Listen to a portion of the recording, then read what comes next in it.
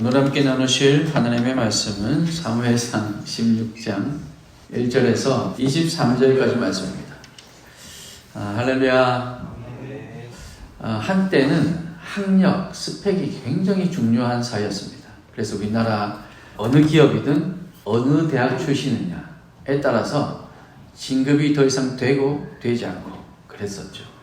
군대에서도 마찬가지였습니다. 육사 출신이냐, 삼사 출신이냐, 학군단 출신이냐, 그것도 아닌 요즘은 없는데 갑종이라는 것도 있었어요. 그건 사병에서 예전에 군인이 많이 적었을 때, 장교가 적었을 때 사병에서 장교로 가는 그런 경우도 있었는데 소령이 이제 최고, 더 이상 올라갈 수 없는 그런 계급 사회와 같은 세상을 우리 선배들이 살아왔고, 이제 그게 어느 정도 무너져서 학력이 이제는 더 이상 그렇게 중요한 것이 아니라 공부만으로 다 사람을 결정할 수 없다. 그렇게 해서 이제 학력이 조금 무너지는 것 같더니만 또 미스 코리아 선발대회 이런 게 요즘은 거의 유명무실하죠. 제가 알기로 있긴 있는 것 같은데 요즘 예전처럼 TV에서 그렇게 막 대대적으로 하지는 않습니다. 그래서 외모 지상주의가 한때는 그런 것 같았더니만 또 아닌 것 같았는데 요즘도 여전히 또 외모에 많이, 아이돌들 보면 그 남자 아이돌이든 여자 아이돌이든 열광을 하잖아요. 그 아이돌들을 보면서 또 우리의 마음을 빼앗기기도 하고, 또 우리 주변에도 외모를 가지고 사람을 많이 판단하기도 합니다.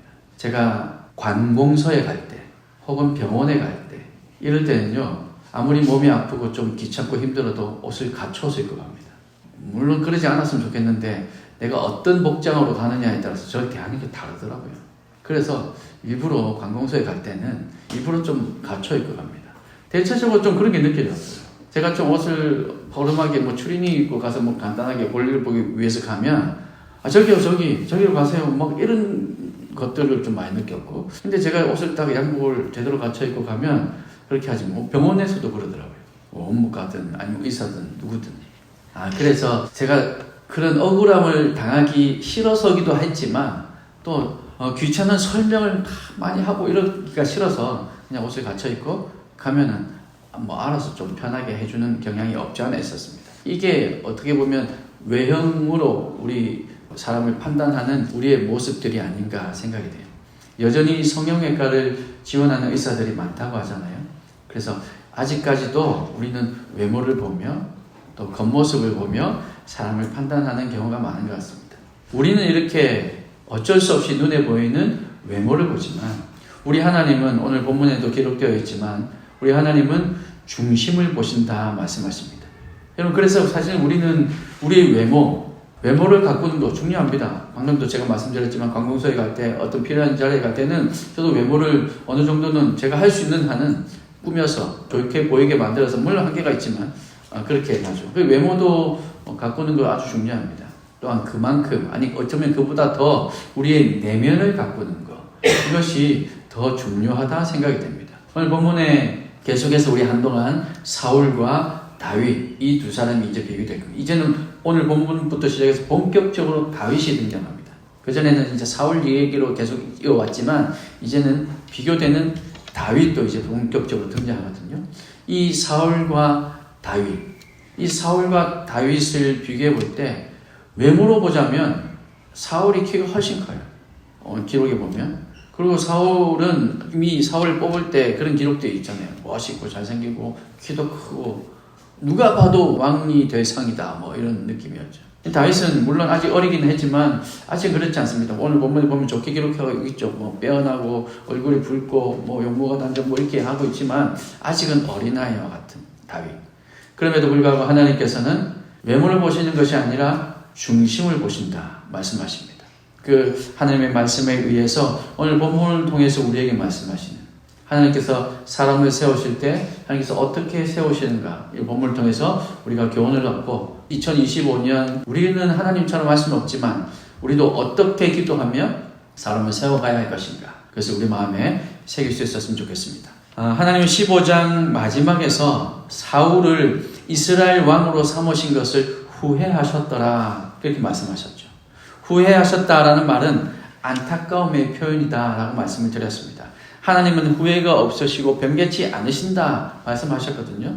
그러니 기록된 이 후회라는 단어는 사울과 언약을 세우신 하나님께서 사울이 그 언약을 사울 측면에서 일방적으로 파기해버린 데 대한 슬픔, 사울을 왕으로 삼으셨던 그 행동에 대한 후회, 그것이 아니라 사울과의 언약이 파괴된 데에 대한 안타까움의 표현이다 이렇게 말할 수 있습니다. 사울은 그래서 하나님의 근심이고 슬픔이었다는 거죠. 여러분 한번 생각해 보세요. 최 목사는 하나님의 슬픔이고 하나님의 근심이야. 이것만큼 불효가 있을까요? 우리 아버지라면. 그죠? 저와 여러분은 어떨까요? 우리는 하나님의 슬픔일까요? 아니면 하나님의 기쁨일까요? 하나님께서 여러분을 마음속에 떠올릴 때마다 하나님께서 기뻐하실까요? 아니면 사울을 보던 것처럼 슬퍼하실까요? 우리의 삶이 하나님을 기쁘시게 할 때가 많습니까? 아니면 하나님으로 하여금 슬프게 만들 때가 많습니까? 지금 이 자리에서 예배하고 있는 우리 모두 지금 똑같은 시간에 똑같은 자리에 앉아서 예배하고 있지만 어떤 사람은 하나님께서 기뻐하실 수 있을 것이고 어떤 사람은 하나님께서 좀 안타까워하실 수도 있을 겁니다. 날 좀 생각해. 예배 시간에 적어도 날 좀 생각해줘. 예배 시간에 왜 그녀를 생각하니? 이렇게 하실 수도 있겠죠.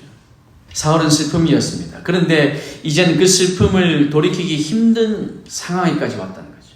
마지막까지도 하나님은 사울에게 기회를 주셨습니다. 제가 마지막이라고 표현했지만 아직도 사울이 왕좌에서 내려오기까지는 시간이 아직 많이 남았어요. 지금 역사적 상황으로 보면. 그러면 그 많이 남은 시간 동안에도 하나님은 여전히 기회를 주고 계십니다. 그런데 사울은 끝까지 그러지 않았죠. 하나님은 우리에게 주신 의지를 하나님 마음대로 조정하지 않으십니다. 우리에게 자유의지라는 것을 주셨죠. 그래서 우리의 의지를 우리가 사용할 수 있게 하나님께서 허용하셨습니다. 우리의 의지를 하나님께서 마음대로 조정하지 않으십니다. 예를 들면 사울 불쌍하다. 사울 너무 불쌍하니까 아니 처음에는 제가 안 저랬는데 안 되겠다. 사울 마음을 좀 조정해서 사울 회개하게 만들어야겠다. 내 앞에 무릎 꿇게 만들어야겠다. 하나님 하시려면 얼마든지 그렇게 하실 수 있죠. 그렇지만 하나님께서 그렇게 하지 않으십니다. 그 마음을 조정해서 회개하고 돌이키게 하지 않으신다는 거죠. 그렇게 하면 얼마나 좋겠습니까? 때로는. 그런데 하나님 그렇게 하지 않으세요. 우리가 우리의 힘으로 우리의 마음을 다해서 하나님 앞에 무릎 꿇고 나가기를 하나님께서 기다리십니다. 여러분, 사람을 세우고 사람을 키울 때 기다린다는 것, 이것이 가장 중요하다고 저는 생각이 되거든요. 근데 이 기다림이 사실은 너무 어렵습니다.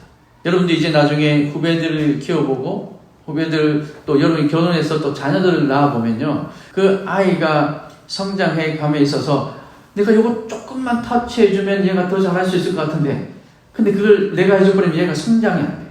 지금 당장은 잘하는 것처럼 보이지만 다른 사람들 보기에는 아이고 잘한다 라고 박수 받을 수 있을지 모르겠지만 그런데 그걸 터치해줌으로 인해서 그 아이의 능력은 잘하지 않는 겁니다. 그래서 그것을 참고 인내하고 기다리는 것, 이것이 사실 엄청 어려운 거거든요. 사람을 키워갈 때 그래서 기다린다는 것이 상당히 어렵고 상당히 중요한 일입니다. 그런데 우리 하나님은 능력 많으신 하나님이시기에 그 하나님께서 사울을 기다리시는 거죠. 우리를 기다리시는 겁니다. 우리 힘으로 하기를 하나님께서 원하시며 기다리시는 거죠. 하나님께서는 더 쉬운 게 뭐냐면 우리의 마음을 조정해서 우리가 자동적으로 회개하게 만드는 거, 이거 하나님께서 하시기엔 더 쉬울 겁니다. 그런데 하나님은 결코 그렇게 하지 않으십니다. 그러니 여러분, 우리가 마음을 다해서 주님 앞에 돌이켜야 한다는 거죠. 우리가 마음을 다해서 우리가 자라가야 된다는 거죠. 우리가 자라는 데 필요한 것들은 하나님께서 옆에서 서포트 해주시고 도와주십니다. 그런데 결코 자라는 거기까지 우리를 끄집어서 거기에 올려놓지는 않으신다는 거예요. 우리가 올라갈 수 있도록 도와주시지만 우리를 올려놓지는 않으십니다. 우리가 올라가야 됩니다. 그 하나님을 여러분 기억하시기 바랍니다. 내가 교회에서 이런 저런 일로 섬김에 있어서 또 내가 성경 공부를 함에 있어서 내가 이 하루를 살아감에 있어서 내가 자라가야 되는 거죠. 하나님께 기도하며 하나님의 말씀을 붙들고 내가 자라가야 하는 겁니다. 하나님께서 이미 자라있는 그 자리를 우리를 올려놓지 않으신다는 거죠. 하나님 제 믿음이 자라가게 해주십시오 라고 기도한다고 어느 날 갑자기 내 믿음이 자라있는 것이 아니라는 겁니다. 여러분, 그러니 오늘 하나님께서 어떤 마음이실지를 여러분 마음에 새기고 우리가 내가 있는 자리에서 자라가기 위해 성장하기 위해 그렇게 한 걸음 한 걸음 걸어가는 우리 저희들 소망합니다. 하나님은 조종하고 자동적으로 회개하게 하지 않으시지만 모든 환경과 상황을 통해서, 사람을 통해서, 말씀을 통해서 하나님은 사울의 그 의지가 변화되기를 기대하며 기회를 주셨는데 사울은 끝내 하나님의 기대를 저버렸습니다. 사랑하는 여러분, 우리의 삶이 하나님의 슬픔에서 하나님의 기쁨으로 변화되기를 주님의 이름으로 축복합니다. 하나님으로 하여금 후회하게 만드는 삶이었다 할지라도, 지금까지 내 삶은 그랬다 할지라도 이제는 가만히 하나님께만 집중하고 하나님의 음성을 여러분 들으셔서 하나님의 음성 듣기를 간절히 기도하셔서 하나님께서 주시는 그 마지막 기회, 여러분 살 날이 아직 많잖아요. 그런데 뭐 나에게 마지막 기회일까? 사울도 아직 왕좌였었는데 사울이 40년간 통치했습니다. 지금으로 보자면 사울이 아직 초창기예요. 왕이 된 초기예요. 근데 이미 하나님께서 후회하셨대요. 그러고 나서 그 많은 시간 하나님께서 기회를 주셨지만 사울은 그랬지 않았어요. 이미 사울은 마지막 기회를 차버린 거거든요. 우리의 삶이 아직도 많이 남았다고 생각할 수 있겠지만 아닐 수도 있습니다. 오늘이 마지막 기회일 수 있죠. 올 한 해가 마지막 기회일 수도 있습니다. 어쩌면 내년이 마지막일 수도 있겠죠. 제가 너무 극단적으로 말씀드리는 것 같지만 어떤 사람은 정말 그럴 수 있습니다. 그러니 우리에게 주시는 마지막 기회인 줄 믿고 마지막 기회인 것처럼 회개하고 하나님께로 돌이켜서 하나님께서 기뻐하시는 삶으로 변화되는 우리 다 될 수 있기를 주님의 이름으로 축원합니다. 하나님께서는 사무엘에게 새로운 왕을 찾았으니 가서 기름을 부으라고 합니다. 그런데 사무엘은 가기를 두려워합니다. 왜 그럴까요? 여러분 생각해 보세요. 지난 말씀에서 우리 나눴습니다. 사무엘이 하나님께서 당신을 버렸습니다. 사울 왕에게 그렇게 선고하고 돌아가려고 하니까 사울이 어떻게 했습니까? 사무엘은 옷을 잡고 선지자님, 제 얼굴도 좀, 제 입장도 좀 생각해 주십시오. 장로들 앞에서, 이스라엘 백성들 앞에서 제 체면이 뭐가 됩니까? 저 좀 높여주시고 가십시오. 그렇게 사무엘을 잡았는데 옷이 찢어질 만큼 잡았어요. 그 말은 협박인 거예요. 멱살 잡고 어디 갑니까? 하면서 이렇게 끌었다는 거죠. 제가 각색한 거지만 옷이 찢어질 만큼 잡았다는 건 그런 의미입니다. 많은 해석에 그렇게 해석하고 있어요. 그렇게 사무엘을 협박했던 사울인데 그 사울이 여전히 두 눈 시퍼렇게 살아있고 여전히 왕입니다. 그런데 하나님께서 내가 새로운 왕을 찾았다. 이건 반역이잖아요. 이거는 사울 왕이 들리면 반역입니다. 사무엘 입장에서는. 그런데 내가 새로운 왕을 찾았다. 가서 기름 부으라고 하니까 사울 입장에서는 가기 두려울 수밖에 없었을 겁니다.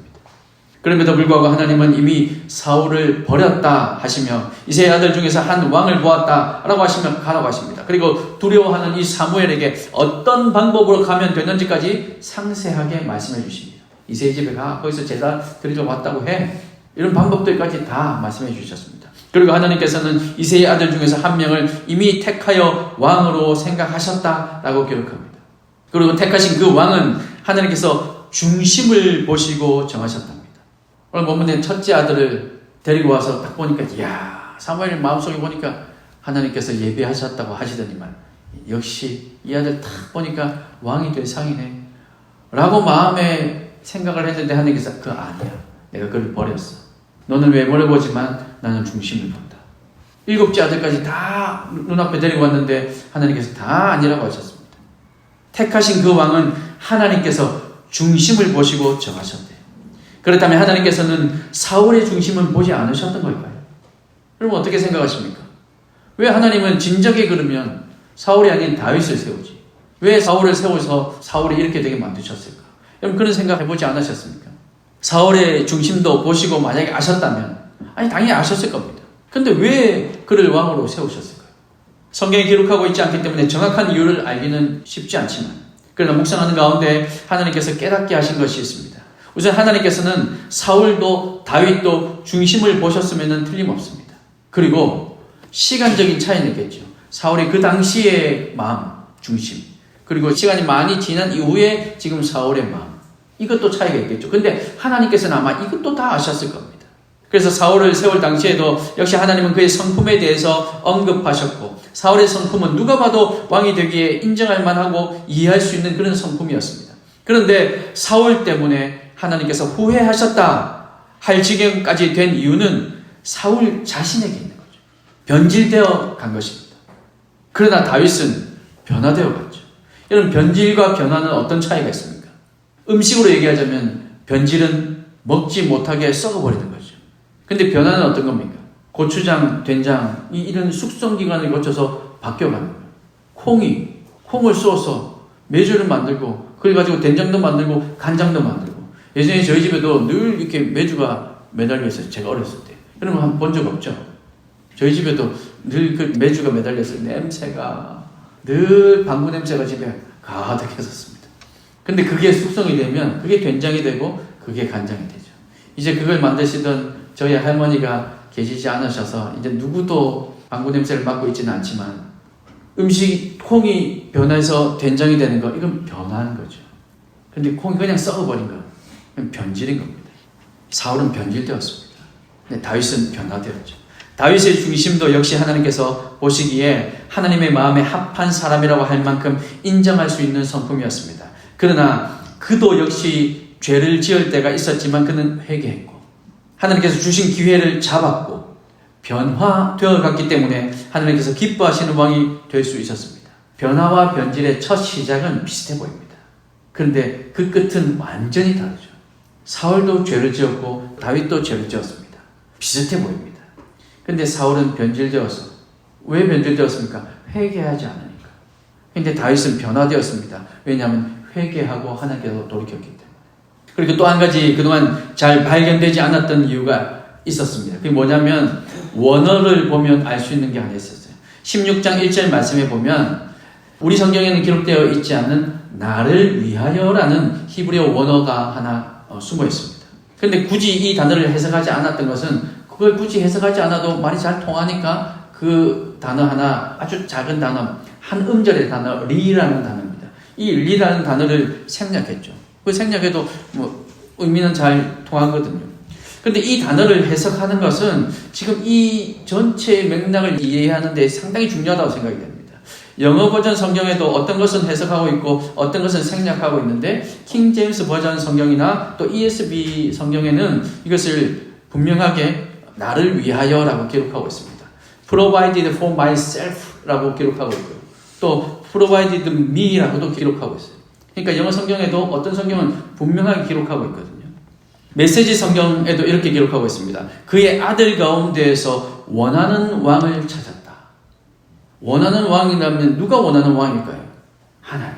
하나님께서 원하는 왕을 찾았다. 이 원하는의 주체는 하나님이거든요. 하나님을 위한 왕을 찾았다는 겁니다. 즉 우리는 결론을 이미 다 알고 있으니까 쉽게 빨리 얘기하면 다윗은 하나님께서 하나님 자신을 위하여 세우신 왕이라는 겁니다. 그렇다면 사울은 어떨까요? 사울을 세울 당시의 본문인 사무엘상 8장 22절을 말씀해 보면 여기도 숨어있는 한 단어가 있습니다. 8장 22절을 개역개정에서는 그들의 말을 들어 왕을 세우라 하시니 이렇게 기록하고 있거든요. 근데 여기에도 리와 비슷한 라햄이라는 단어가 숨어 있는데 이 라햄이라는 단어는 뭐냐면 그들을 위하여입니다. 리는 나를 위하여, 라햄은 그들을 위하여. 정리하면 백성들이 왕을 달라고 한 그 요구에 하나님께서 사울을 세우셨는데 사울은 그들을 위하여. 영어 성경에도 보면 make them a king이라고 되어 있어요. 그들을 위하여 만들었다, 세웠다 라고 말씀하고 있죠. 그리고 이번에는 백성들이 왕을 달라고 요구하고 있지만 하나님께서는 사울을 후회하셨고 사울로 인하여 슬퍼하셨고 그래서 이제는 하나님 자신을 위한 왕, 바로 그 왕인 다윗을 세웠다라는 말씀인 겁니다. 사랑하는 여러분, 그들을 위하여 세운 왕 사울, 하나님 자신을 위하여 세운 다윗. 인간적으로 보기에는 사울이 참 불쌍해 보입니다. 어떻게 이렇게 쓰일까? 그런 생각이 들기도 하죠.